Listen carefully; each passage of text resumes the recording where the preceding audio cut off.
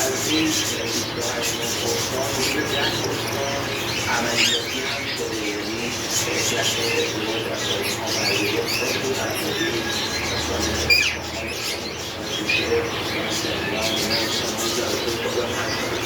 استان‌هایی که تونستان خدمت‌ها رو به جوانان ارائه کنم، استان ایران که تماشای ورزشی خودشون رو در اختیار جوانان قرار دادن.